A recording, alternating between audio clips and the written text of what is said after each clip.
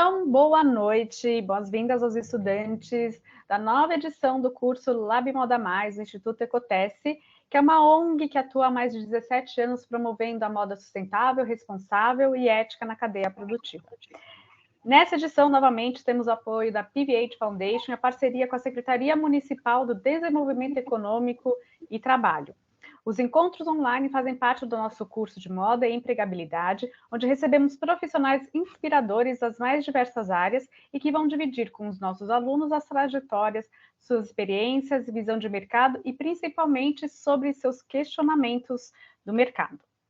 Maurício Duarte é o nosso convidado dessa semana. Boa noite.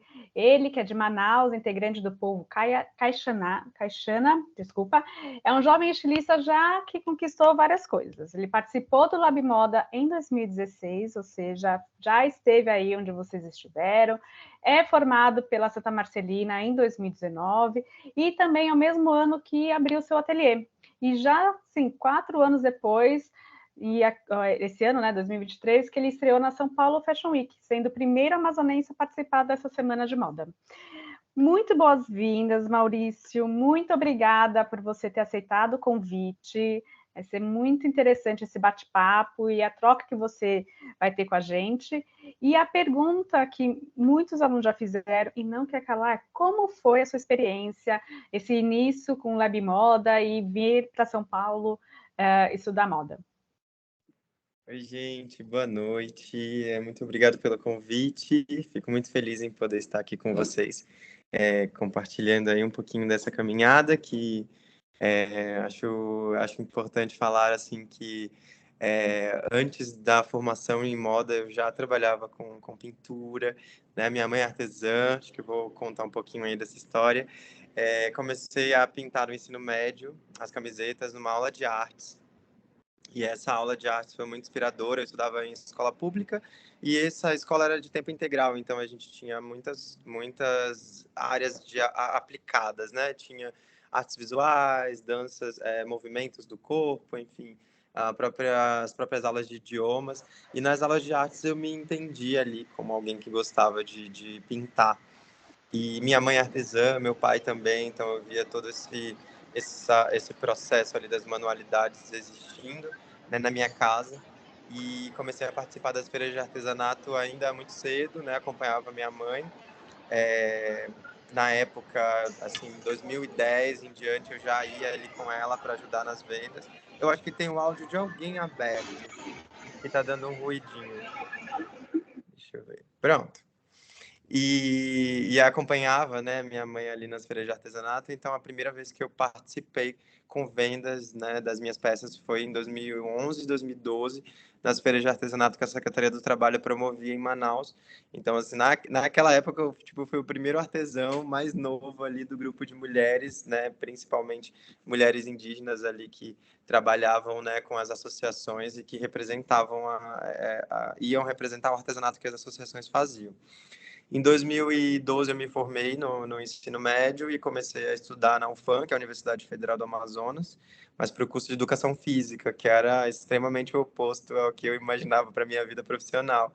E aí, no curso de Educação Física, eu entendi que o bloco de artes era muito mais interessante do que o meu bloco de curso, né?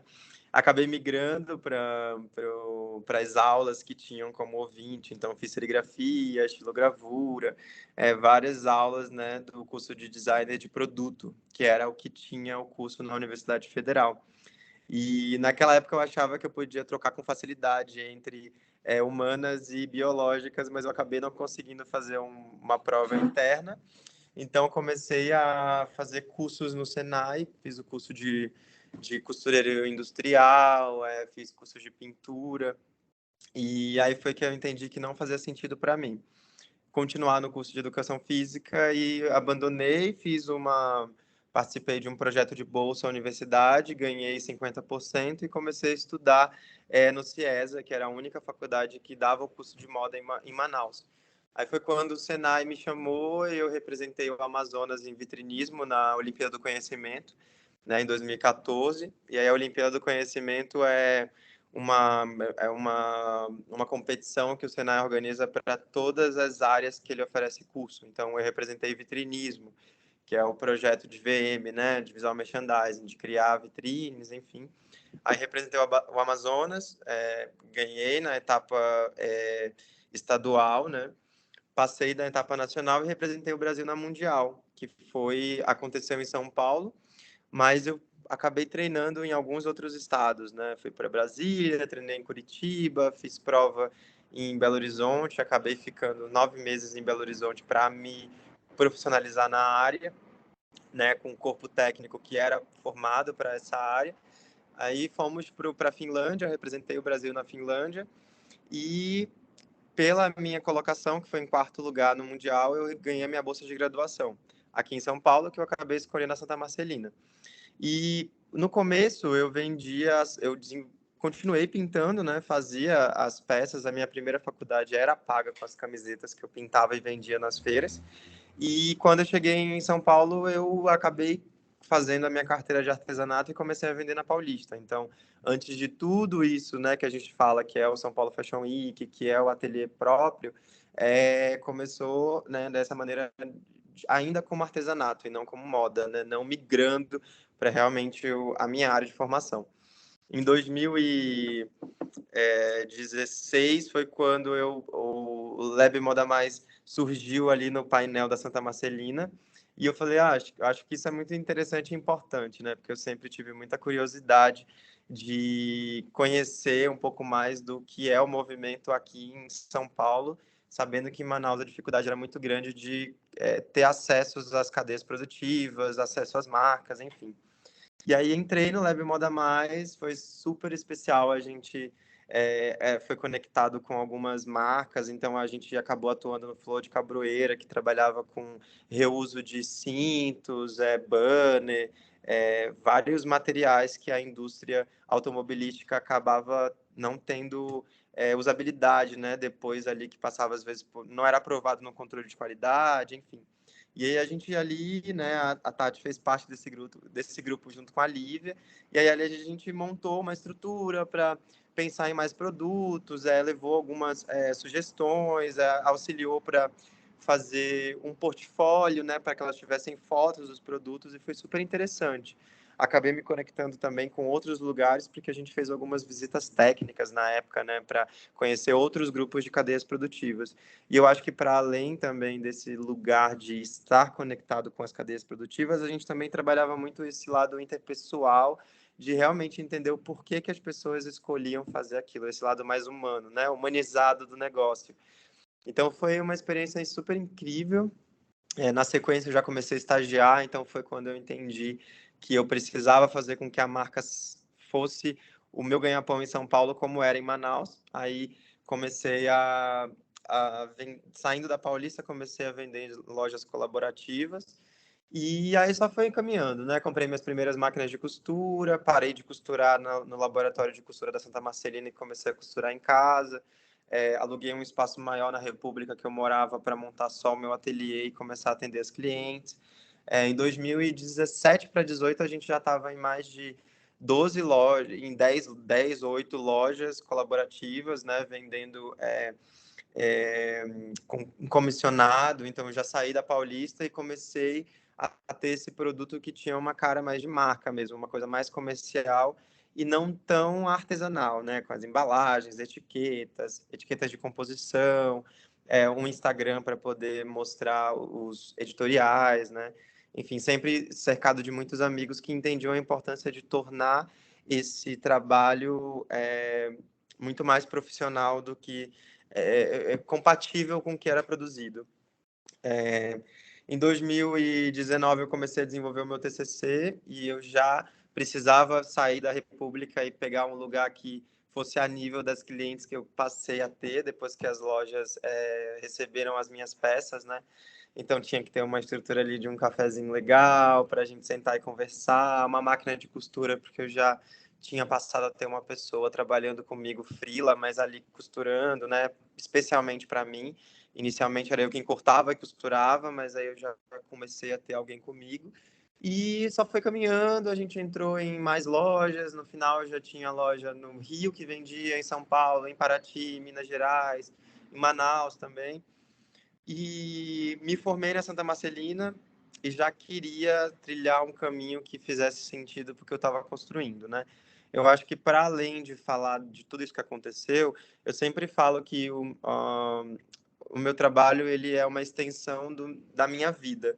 Tudo que eu tenho na Arara seriam coisas que eu vestiria, que se não vendesse, eu usaria. Então, eu sou o primeiro consumidor, o primeiro que aprova o que vai sair daqui. Né? Tudo eu sempre vestia, sempre provava, de vestidos a saias, a calças, a shorts. Eu sempre vestia para entender se aquilo fazia sentido para alguém, né? E uma das frases que surgiu do meu TCC, que é o slogan da marca, é telas que vestem corpos com afeto, né? Porque entra nesse lugar de não me formei em artes plásticas, mas as peças eram pintadas à mão e eu entendia que era um pedaço do meu afeto de construção que ia para alguém como produto. É, e aí tudo isso começou a acontecer, assim, primeiro formalizar a empresa, transformar a marca num CNPJ, depois já ter um cronograma de quantos dias a Maria, que inicialmente era a costureira piloteira que trabalhava comigo, para a gente também ter uma produção, né? Então tudo foi começando a ficar mais organizado.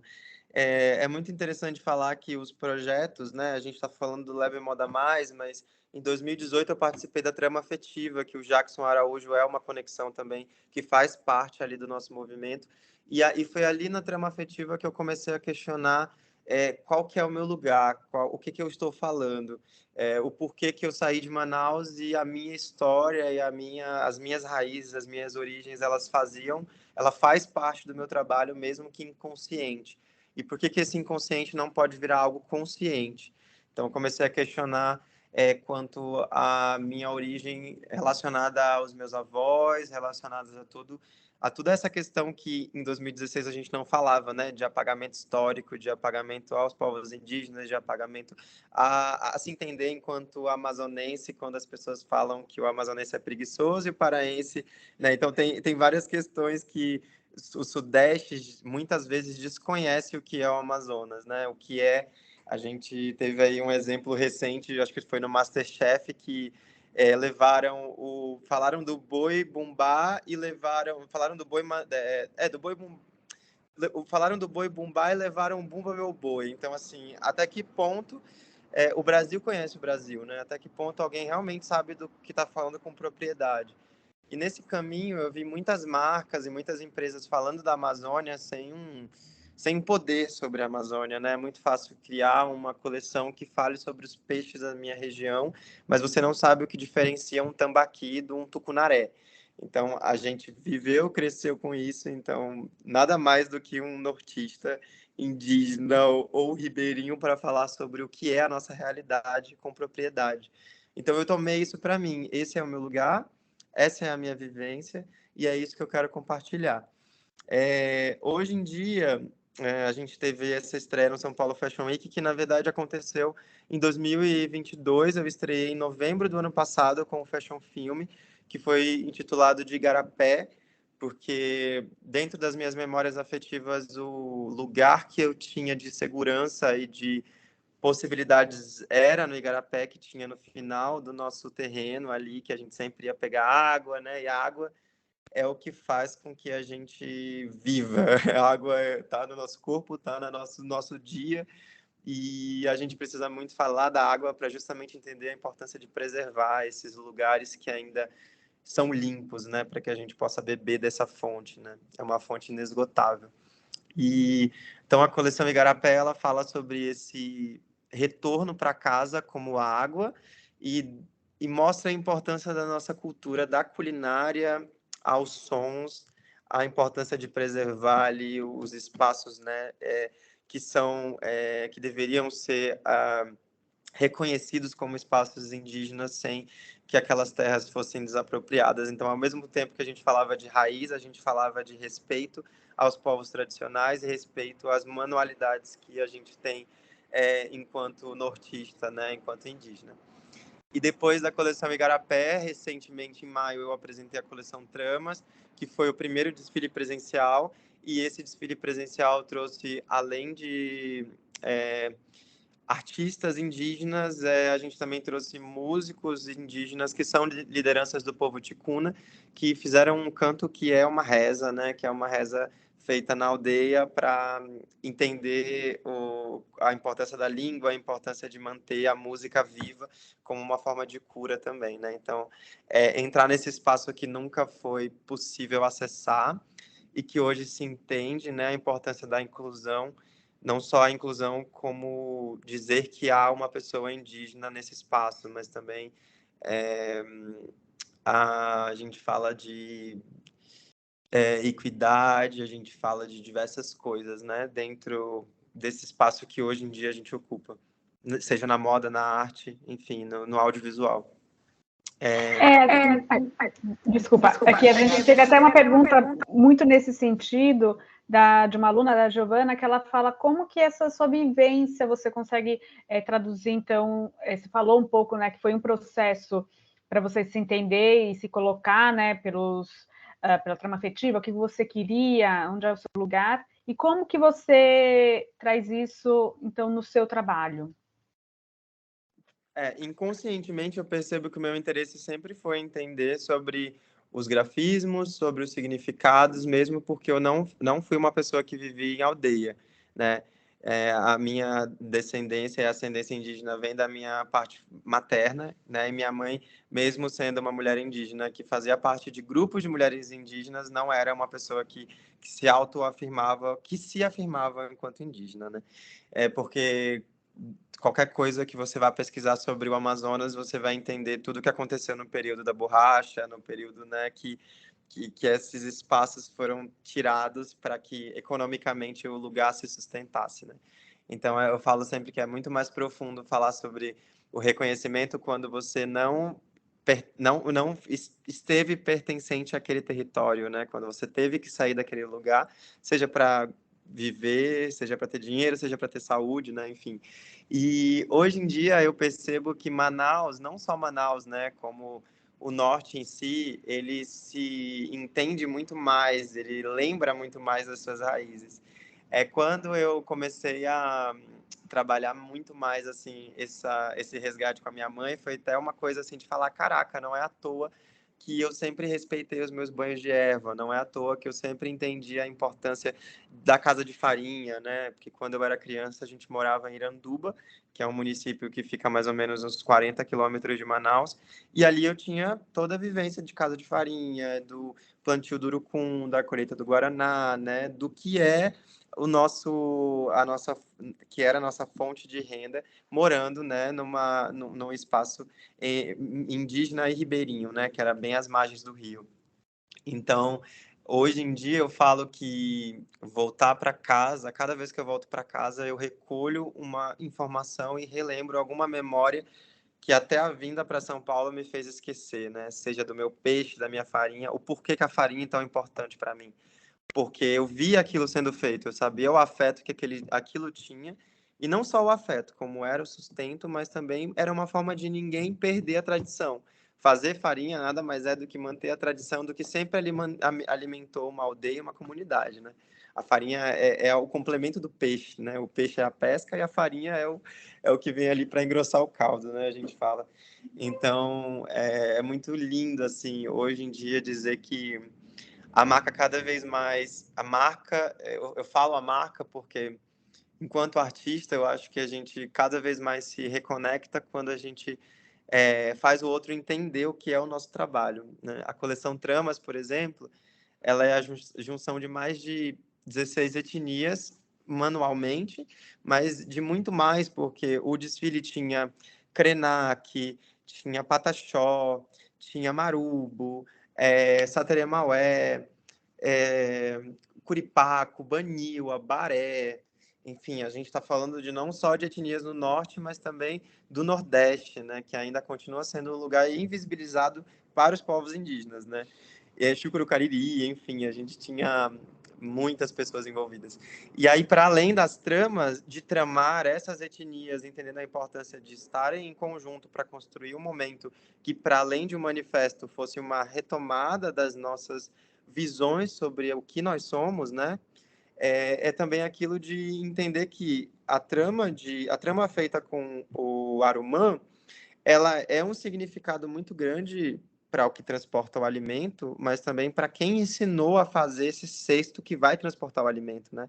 Então, por exemplo, a dona Gilda Baré, que fez algumas peças do desfile, ela estava dizendo que na comunidade, lá em São Gabriel da Cachoeira, que é o município que mais atuou dentro da coleção, os jovens já não querem mais fazer as cestarias. Por quê?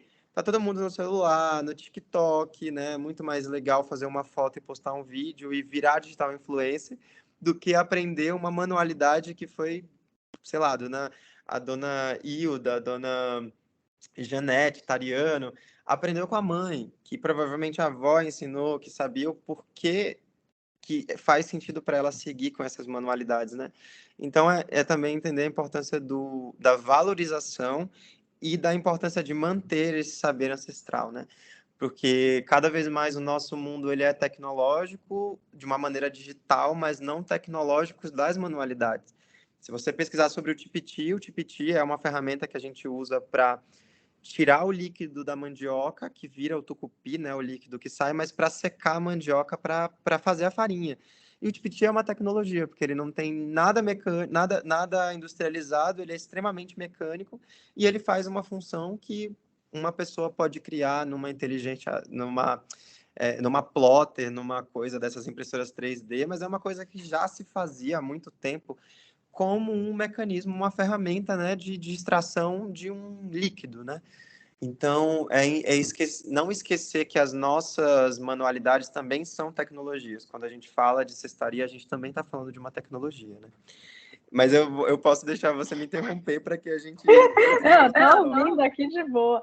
Mas eu acho engraçado você trazer isso, porque eu lembro, às vezes, a gente conversar porque, assim, eu conversar com outras pessoas, porque às vezes a gente tem a ideia de que tecnologia, ele só está dentro de coisas avançadas, eletrônicas, né? Sempre o próximo, o futuro. Enquanto tecnologia, ela pode ser qualquer mecanismo, né? Uma técnica empregada que vira um processo. Então, eu acho interessante você falar disso.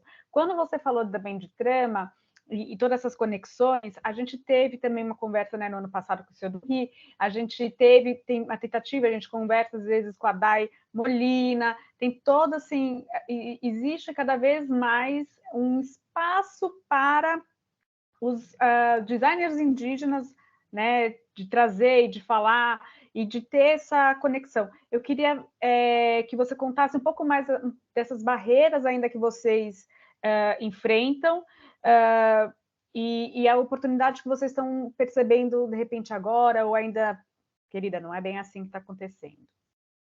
Sim, eu acho que uma das frases assim que eu posso começar esse assunto as pessoas normalmente costumam nomear que elas descobriram o nosso trabalho, né? Ah, eu vou chamar você porque eu acabei de descobrir o seu trabalho. Não, elas conheceram, ele já existia, ele já acontecia. Então, eu sempre converso muito com o Cidurri sobre esses nossos lugares atuais de pertencimento e como isso realmente faz sentido para a gente, né? O Cidurri, ele é de São Gabriel da Cachoeira. Quando eu fui para São Gabriel para me conectar com um grupo de mulheres das associações para desenvolver as bolsas, os acessórios, algumas roupas, as indicações foi ele que me deu.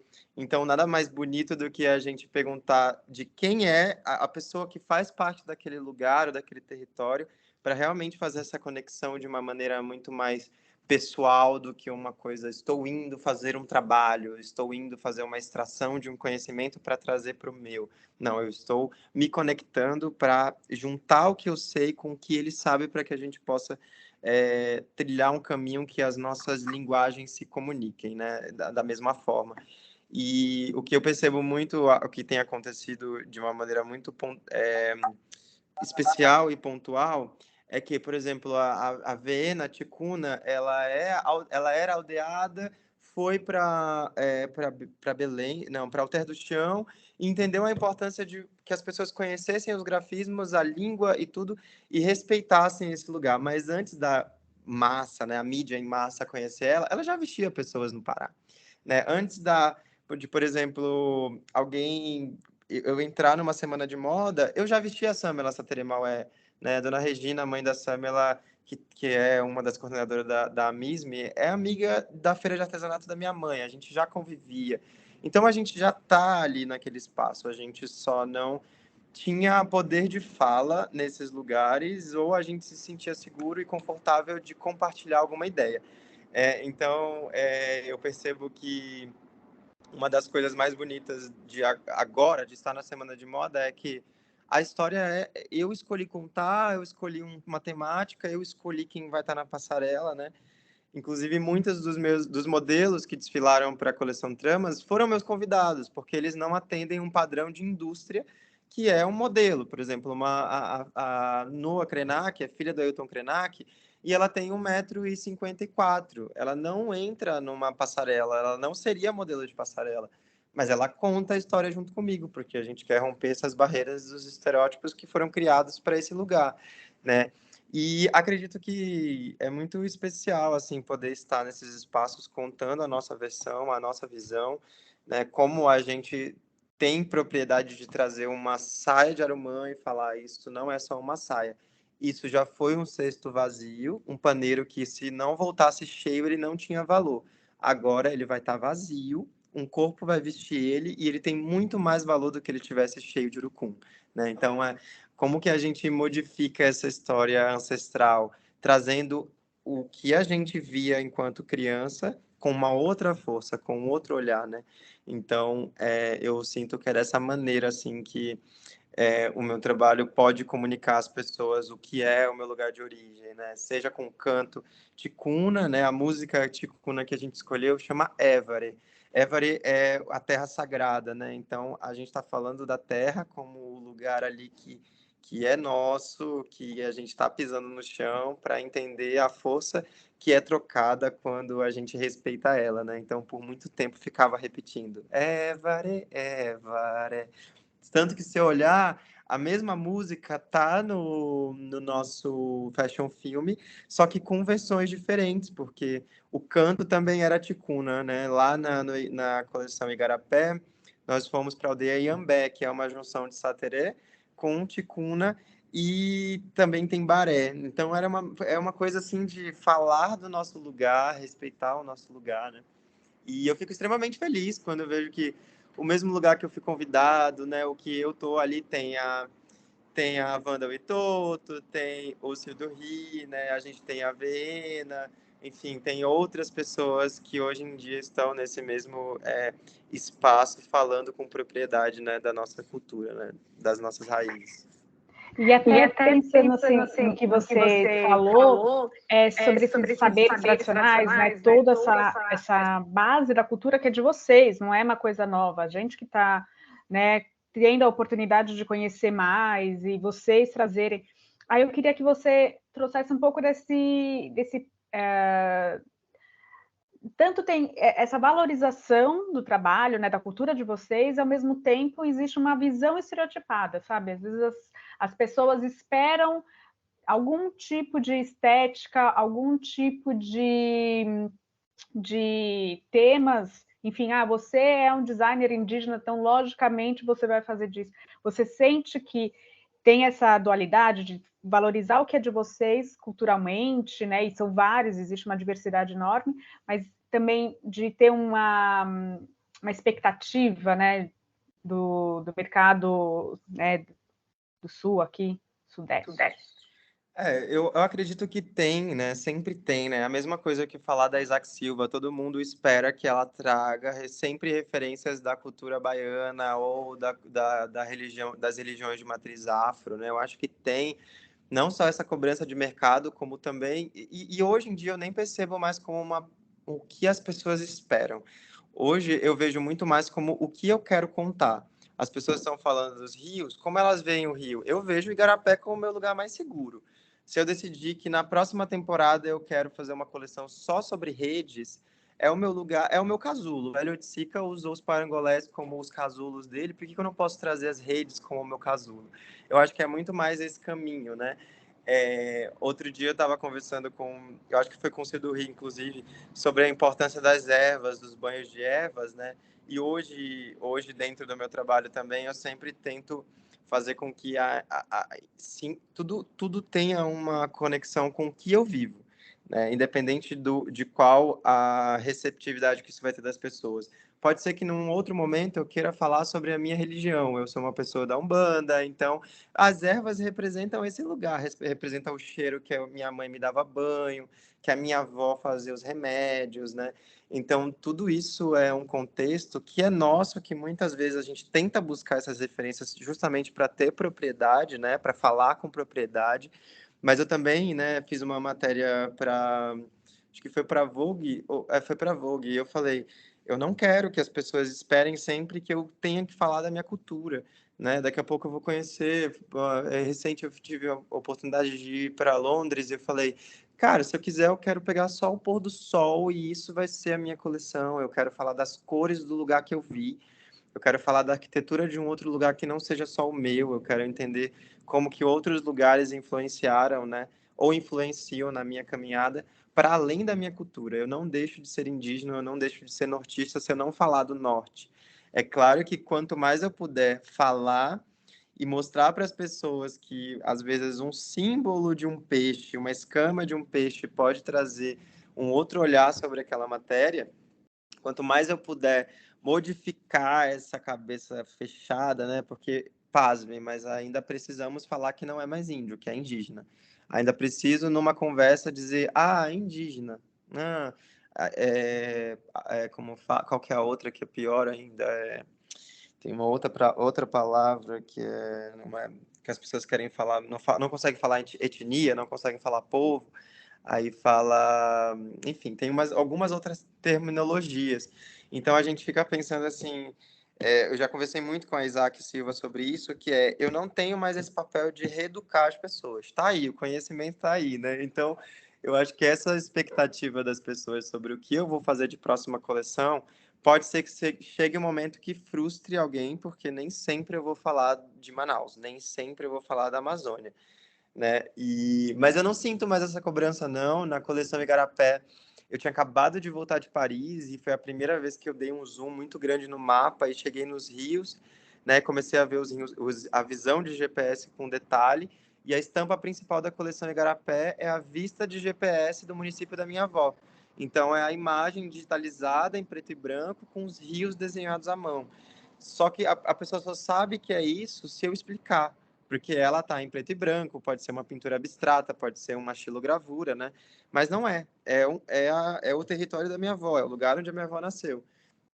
Então, eu tento também fazer com que o próprio abstrato, que fez com que eu inicialmente tivesse a coragem de sair do que as pessoas esperam no mercado de uma pintura à mão, né, de uma roupa, fosse também esse caminho de falar, pô, eu tô seguro para falar do que eu quiser e sei quantas pessoas eu vou impactar com isso, quantas pessoas vão ter a curiosidade de conhecer sobre esse trabalho, que é também um pouco do que o Siduri tem feito, né? Pô, o Siduri está atingindo com casca de mandioca. Então, assim, a casca de mandioca é sempre aquele negócio de desperdício. E alguém foi lá e entendeu que no processo de fazer a farinha, aquilo não tem uso, dá uma cor, né? Então a gente está sempre tentando modificar o que se espera, né, das nossas tecnologias, né? Gente, sem som, fui eu. Sempre.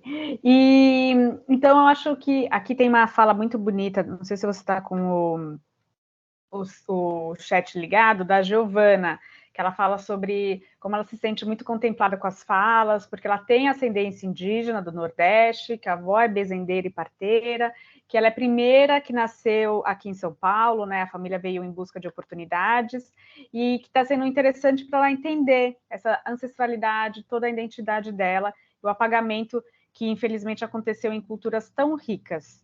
Também frequento bandas, sou filha de Oxum e pisciana, entendeu? A água domina aí a vida dela, toda uma fluidez. É muito interessante, né? Porque o brasileiro tem essa confluência de várias referências. Eu acho que isso é muito mais enriquecedor do que a gente, né, tem para mostrar. E eu acho que é interessante também, quando ela fala assim, do apagamento dessa história, eu acho que a moda ainda nacional, a brasileira ela tem uma crise, assim.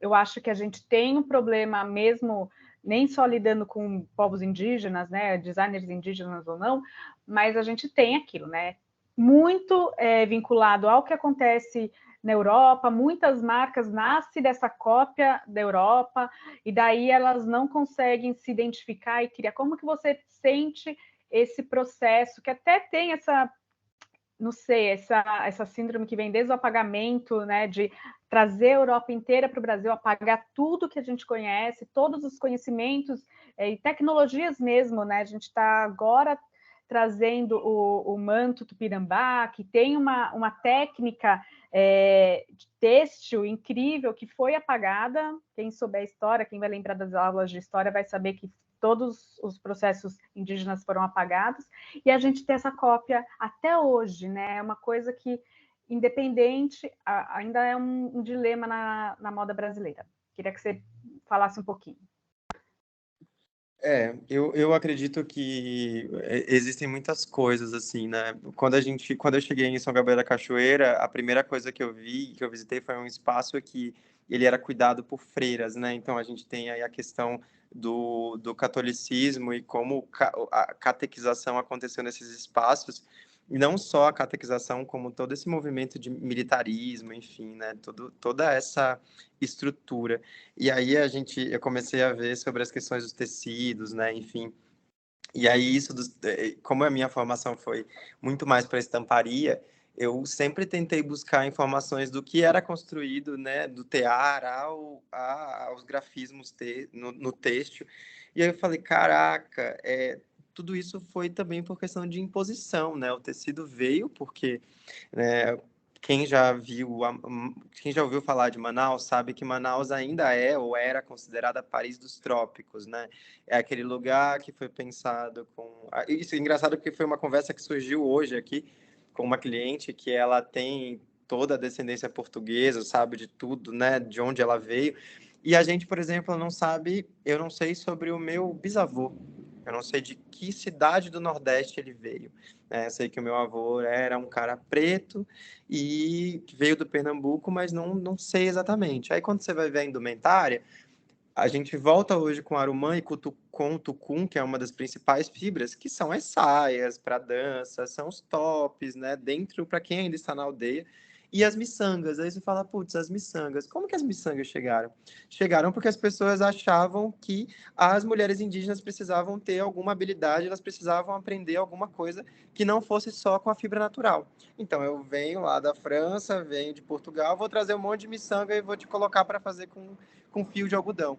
Aí você fala assim, caraca, não veio só porque tinha que usar a técnica ali para adorno, veio porque alguém impôs que tinha que ser a miçanga, que tinha. Aí você fala assim, caraca, tudo nosso foi uma construção do olhar do outro e não nossa, né? E aí na moda a gente acaba seguindo isso, porque eu lembro, né, que quando eu comecei a estudar moda, eu não tinha referência nenhuma Primeiro porque eu queria artes, não queria moda, então eu não tinha uma referência nenhuma de estilista. Aí cheguei em São Paulo, conheci a Fernanda Yamamoto e amei as peças volumétricas porque eu já fazia coisas extremamente volumétricas. Falei, então a minha busca por estética, ela vem do Japão, ela vem do kimono, ela vem de uma roupa muito maior que vai acinturar. E aí você começa a criar ali o seu enredo de construção, né? E aí depois já comecei a olhar mais para os grafismos e quando eu começo a maximizar esses grafismos, eu já vou para uma construção inteira de estamparia africana. Porque se você pega a construção das estampas africanas, onde você tem cor?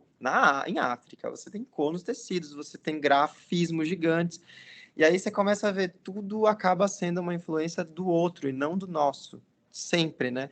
Esse movimento de influência. E aí também tem isso, né? Eu falei, putz, eu tô aqui estudando sobre os grafismos, não vivi em aldeia, converso com a minha mãe, minha avó, mas eu não sei qual que é o meu grafismo, então o que que eu vou fazer? Eu vou cada vez mais chegar mais próximo do meu povo, conversar. Ninguém usa mais grafismo, ninguém fala mais na língua. A comunidade mais próxima do povo caixana fica no Tonantins, que é muito mais distante. A região é a mesma região da minha avó, mas não é a região que a gente viveu, porque a gente mudou para Iranduba. Então fica sempre esse lugar assim de putz, como que eu faço documental para encontrar mais a minha raiz, mais do que a gente fala no Amazonas, né? E aí a gente vem na fala da... A gente pega aí a fala da Giovana e percebe como isso não é uma coisa só do Norte, né? O Nordeste também não sabe a sua história, né? E é muito louco porque no começo quando eu comecei a viajar, e eu tinha vários amigos que falavam, eu tenho descendência italiana, tenho descendência portuguesa. Aí você pega o quê? O seu sobrenome que tem mais proximidade do português ou do espanhol. Aí fala, eu tenho Ferreira, então eu vou ver aqui onde eu entro na família. Mas você nunca vai procurar a sua raiz indígena ou sua raiz preta para saber de onde veio, né? E então eu acho que a gente ainda está num momento muito delicado dessas falas, né? Tanto que existe, talvez para vocês menos, mas para a gente que está dentro dessa bolha, que é uma bolha indígena, a gente ainda vive uma bolha indígena onde a gente vê tanto gente ali que se considera, em certos momentos, pioneiros nos espaços que não veem que a gente precisa ser um conjunto e que a gente precisa se abraçar para que a gente possa estar em equipe nesses espaços, né? Mas a gente também vê esse pensamento ainda colonial de eu cheguei primeiro, você me respeita, você não está aqui, você sabe, você está roubando meu espaço. Então, assim, qual é a construção que a gente realmente está fazendo nesses espaços?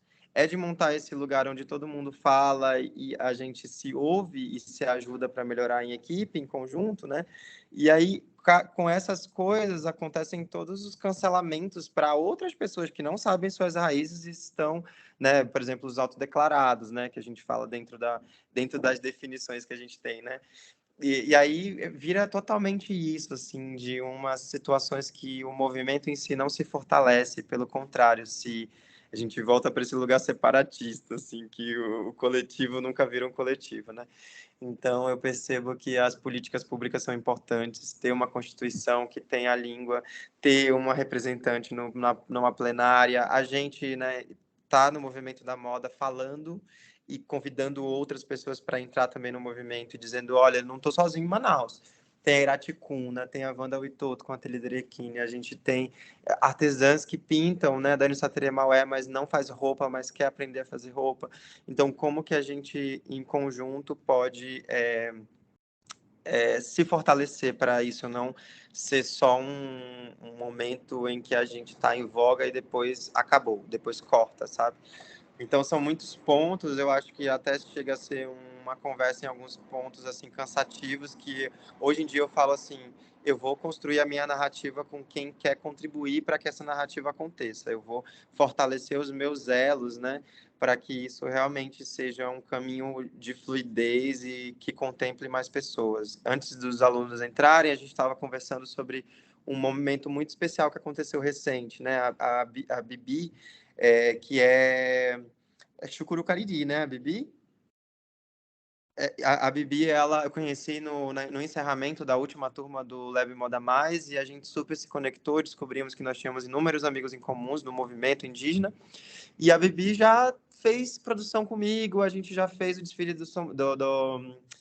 a coleção Tramas foi apresentada na Pinacoteca, ela estava ali como equipe, depois a gente fez qual foi o outro evento que eu falei também que ela estava junto? Enfim, a gente já fez algumas conexões, ela já veio para o ateliê, então eu acho que quanto mais a gente entende que nesse movimento a gente ainda é pouco e que não falo só enquanto indígena, mas as próprias pessoas pretas que ainda não são convidadas para estar nesses espaços. Como é que eu vou montar uma equipe que quer falar sobre inclusão se eu não consigo colocar pessoas trans na minha equipe, se eu não consigo chamar modelos pretos também para estarem em destaque junto com a gente nesse espaço, né? Então, eu tenho tentado muito fazer com que, pelo menos a minha bolha, o meu trabalho, contemple essas outras mudanças que eu nunca vi no mercado, né? Que eu nunca vivi no mercado. É interessante porque, ao mesmo tempo, é isso, né? É apresentar que existe uma coletividade, existe um apoio de todos vocês, porque é uma força que, né, precisa caminhar junto, e ao mesmo tempo apresentar uma diversidade, porque não é porque vocês são todos indígenas que têm a mesma cultura, que têm os mesmos saberes, né? Existe uma diversidade que também tem que ser respeitada, e muitas vezes as pessoas voltando até um pouco, né? Tipo, ai, olha vocês, ai, é tribo indígena, é isso, não sei o que, acabou, tá aí. E coloca tudo no mesmo local e não respeitam essa diversidade que vocês têm.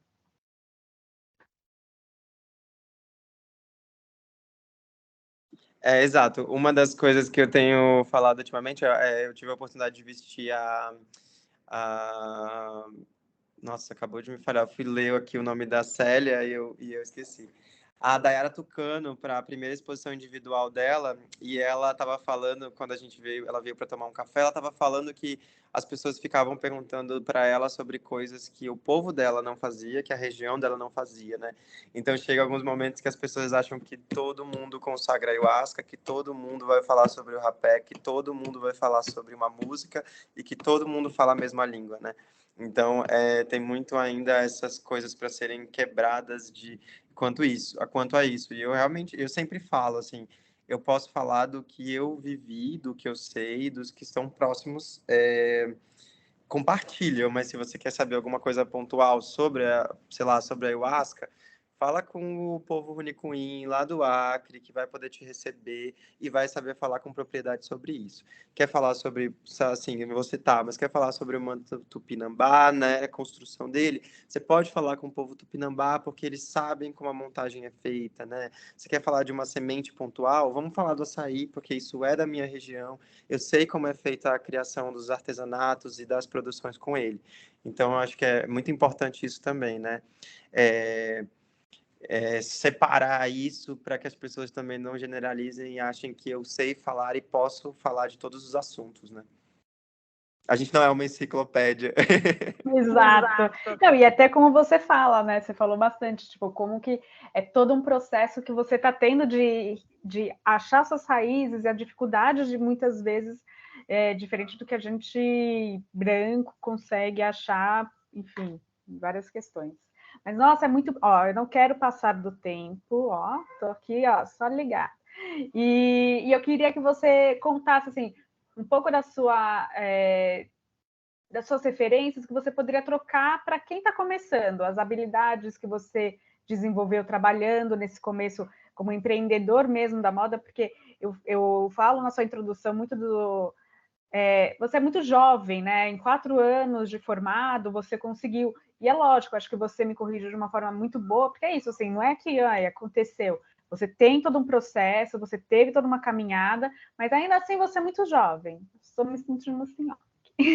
E daí é muito bom, assim, ver jovens conquistando tanto espaço. Então, qual dica que você pode trocar, né? A gente tem aí 50 jovens começando o curso e o que você poderia trocar com eles? Eu acho que o principal de tudo, né, é assim, entender que é o que eu tenho trabalhado um pouco aqui na marca, confesso que foi difícil, porque eu sou uma pessoa bem centralizadora dentro do meu trabalho, até porque eu sempre fui tudo, né? Eu era quem pintava, quem cortava, quem costurava, quem vendia, quem publicava no site, quem faz os posts no Instagram. E aí chegou um momento agora que tudo isso está acontecendo e eu estou tendo que entender que todas essas funções não competem a mim, que eu não preciso, sei lá, eu preciso saber o básico de finanças, mas que eu não preciso ser o meu financeiro, que eu não preciso ser minhas redes sociais, né? Então, eu acho que quando você começa a ter essa consciência de como a marca cresceu ou de como as pessoas veem a marca para além do que acontece realmente, né, aqui nesse espaço.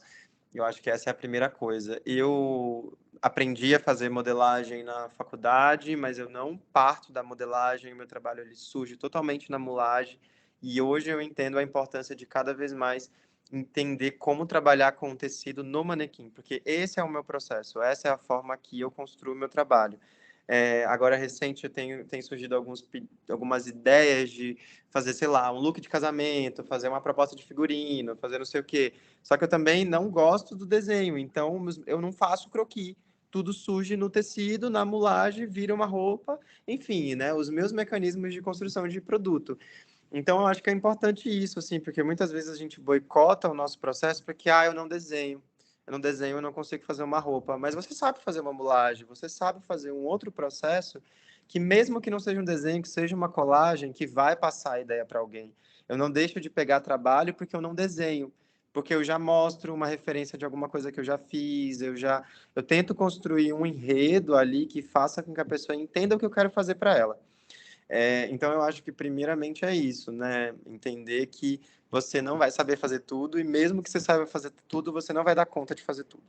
E tem a questão também da curiosidade. Eu sempre fui muito curioso com tudo.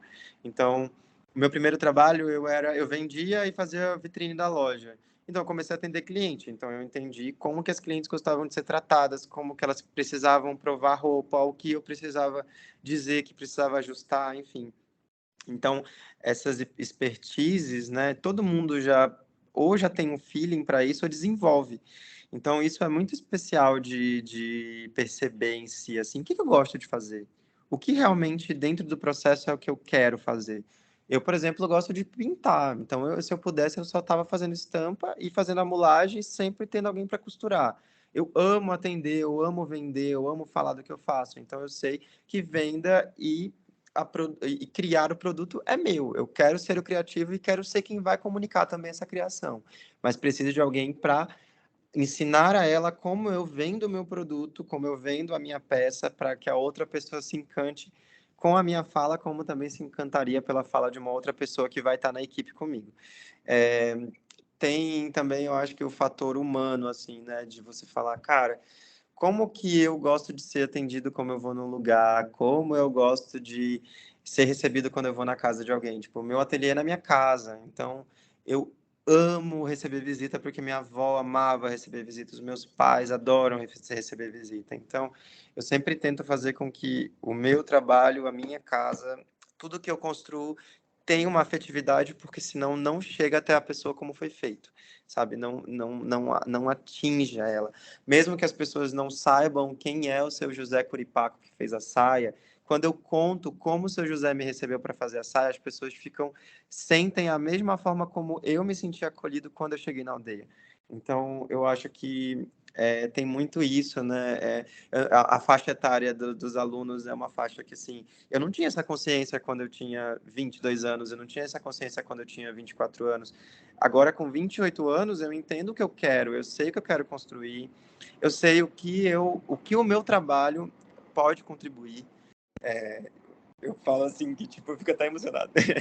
Eu falo assim que é muito legal a gente ganhar esse respeito de mercado, porque a gente ganha uma segurança de falar assim, cara, eu não sei quem eu estou influenciando ou como eu estou influenciando, mas ter essa devolutiva de que, de alguma maneira, uma fala influencia, isso é maravilhoso, porque eu queria muito que no meu processo eu tivesse esse acesso mais fácil para que alguém me influenciasse para o que eu gosto de fazer, né?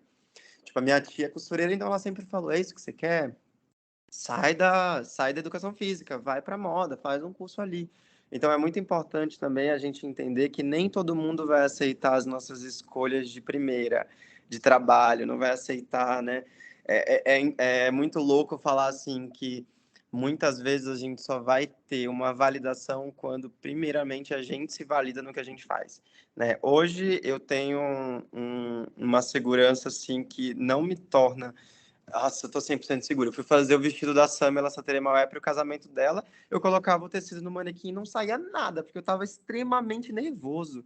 Porque tem uma expectativa do que você está fazendo para o outro, né? Não é só uma roupa, ela tem um significado, ela tem um espaço ali para isso acontecer. Então, eu acho que é muito importante, primeiro, você se sentir no que você quer fazer para depois você ir caminhando, né? E vai ter erro no caminho, vão ter coisas que vão dar errado, e eu acho que isso não é uma forma de parar, né? Tem uma, tem uma frase Tem um poema de Fernando Pessoa que fala assim, né? Para ser grande, ser inteiro. Nada teu exagera ou exclui. Ser tudo em cada coisa e põe quanto és no mínimo que fazes, porque assim, em cada canto, a lua toda brilha porque a alta vive. Se você não faz as coisas por inteiro, ou se você faz por expectativa do outro, você nunca vai estar ali, né? Naquele lugar, você vai sempre boicotar os seus processos. Então, eu tento muito. Eu também sou pisciano, eu também sou de Oxum, então eu entendo exatamente a Giovana, né? A Giovana, é, Então eu entendo exatamente, mas é isso, eu acho que o nosso trabalho, né, enquanto a gente entende qual é a nossa profissão e o que a gente quer passar com o que a gente faz, vai ter compreensão e também vai ter incompreensão, mas o importante é pelo menos você estar seguro do que você está fazendo, né? Socorro, eu tô assim, ó, também super emocionada. Acho que tem vários alunos também que ficaram super emocionados. Eu fui passando assim, cliquezinho para vê-los, porque é uma fala muito importante. Eu acho que é uma troca muito importante que você trouxe. Eu acho que cada vez mais, eu acho que a gente só vai ter a ganhar quando a gente fala de diversidade na moda. E assim, eu trabalho já 15 anos na moda e eu acho que é assim, sabe? Tipo, é muito bom ver mudanças acontecendo, falas importantes aparecendo, holofotes, né? Você ganhar essa importância, outros designers ganharem importância de diversidade mesmo, né? E de outras falas, de outros contextos, de outras verdades. Eu acho que é muito bom, é muito revigorante. Para mim, é incrível ouvir o que você trouxe, dividir. Eu quero agradecer muito você ter aceitado o convite, a gente conseguir aqui agendar. Eu sei que você estava numa correria, você está numa correria, então muito obrigada de verdade por ter aceitado e ter dividido com a gente. Graças a Deus a gente está gravando isso, porque eu vou ficar ouvindo em looping, porque foi muito bom. Eu quero agradecer também todos os alunos que estão aqui, que também prestigiaram, que mandaram os chats, as falas, que só ficaram ouvindo e está tudo certo também, porque é muito inspirador ter vocês também no curso. E então, até a próxima. Muito obrigada novamente a todos. Ai, Maurício, eu vou agora no ateliê também ser acolhida por você e tomar um cafezinho. Gente, muito obrigado pelo convite. Fico muito feliz. Espero que em outras oportunidades a gente possa estar juntos. Acompanhe as redes sociais. Tá uma correria, mas uma correria muito bonita. O ateliê sempre está aí de portas abertas. Quando vocês quiserem conhecer, venham aqui, tá bom? E obrigado. Espero que de alguma maneira possa ter aí influenciado a seguir nessa área, porque só a gente, né, que entende a importância desse mercado pode proporcionar essa mudança no que a gente não concorda, né? E é isso. Foi incrível, incrível, de verdade. Obrigado, muito obrigado. Obrigado, Tati. Obrigado para todo mundo. Então tá, muito obrigada de novo a todos, uma boa noite. E aqui, ó, no tempo para não te atrasar mais. Tchau, tchau.